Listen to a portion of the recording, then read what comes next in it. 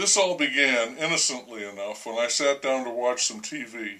I don't do that very much, but I do it some. Now I know that the people who write for television are under a great deal of unrelenting pressure to come up with fresh and entertaining scripts, and not the same old tired, gasping, wheezy cornball plots. And the competition for viewers is fierce. And there are already stories out there packed with murderers, psychotics, vampires, zombies, aliens, creatures formed out of fantasy and dreams, and scores of naked people, handsome men, and beautiful women. So the bar, that proverbial bar, has been set up there quite high. It isn't really surprising that I might sit down expecting to watch some fairly conventional yet mildly exciting and structurally tidy story told in an hour, and instead I got a crazy cocktail that I couldn't follow and did not comprehend. See what you can make of it. This is a basic show in which a bunch of good guys catch a bad guy or two week after week. It's a popular show called NCIS. The crack team of investigators was called into action when a Navy lieutenant was found murdered.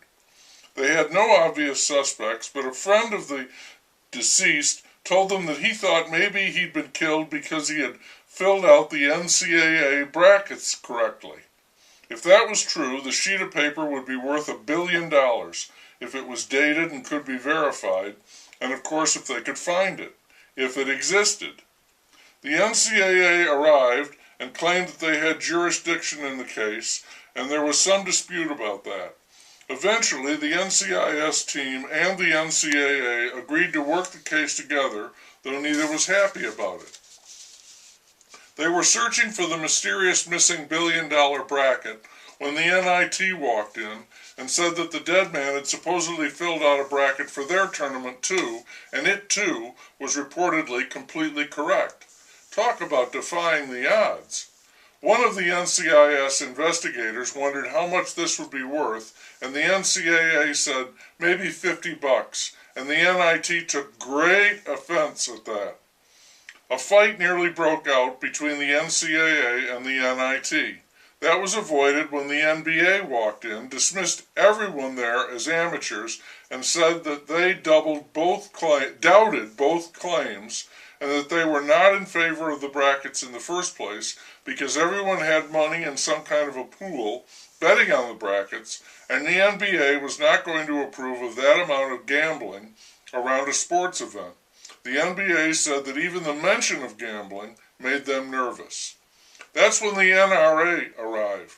Uninvited, it appeared. They said that they made it their business to get involved anytime there was a shooting and it was being investigated as a homicide. And the NCIS investigators asked the NRA how did they know a shooting was involved. That information had not been made public, and the NRA said that they weren't going to talk about that, and they wouldn't have anything to say until a lawyer was present. The NAACP came bursting in at that point and said they were sick and tired of people confusing them with the NCAA, as well as people telling them that they should disband because their basic mission had already been basically accomplished. They said no way, and they wondered why so many of the athletes in the NCAA tournament were black and so many of the coaches were white, and the white coaches were all millionaires while the black players were playing for nothing. That couldn't possibly be a coincidence, and also the dead man who had filled out the NCAA and the NIT brackets was black, and the NAACP intended to represent him or his estate. The NCIS team asked the NAACP how they knew the dead man was black. That information was also confidential, and the NAACP said that they were not going to comment further until their lawyer was present. Both the NCAA and the NIT were upset, this time in agreement. They said the NAACP was only there for the money, that all racial claims were a smokescreen. So they were all pissed off and waiting for lawyers when the NHL skated in and said that they were totally against gambling in any form, and NBC was right behind them, and they wanted to know why this show was on CBS and not NBC. What did they have against NBC? Right then somebody else walked in and everyone thought it was one of the lawyers, and it was a lawyer, but not there for the NRA or the NAACP. Instead it was someone from the NLRB, and people wanted to know what that was, and did they have any skin in this game. The NLRB said that they were representing players who should have contracts with their universities and should be paid for services rendered, namely playing ball. Immediately, someone else arrived and said he was from NAM, and the NCIS team told him he had no business being there, it was a crime scene and he had to leave, and this guy from NAM said that he suspected they were arranging for more outsourcing, and didn't they know that would wreck the economy.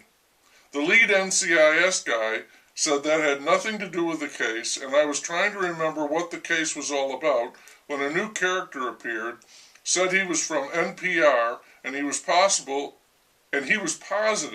that all of this had been reported on All Things Considered show that had aired the previous week. It turned out that wasn't true, and the guy wasn't even from NPR. He was from the NWA, and what's more, he was the guy everybody thought was dead, the guy who had filled out the brackets correctly, if he had, and the NCIS team was asking him if he really had the brackets right, when there was a scramble and some shooting, and when the show ended, the guy was gone. They thought maybe he was hiding in the Big Apple, NYC, and the screen said to be continued, but honestly, NS, I don't know if I'm going to watch it.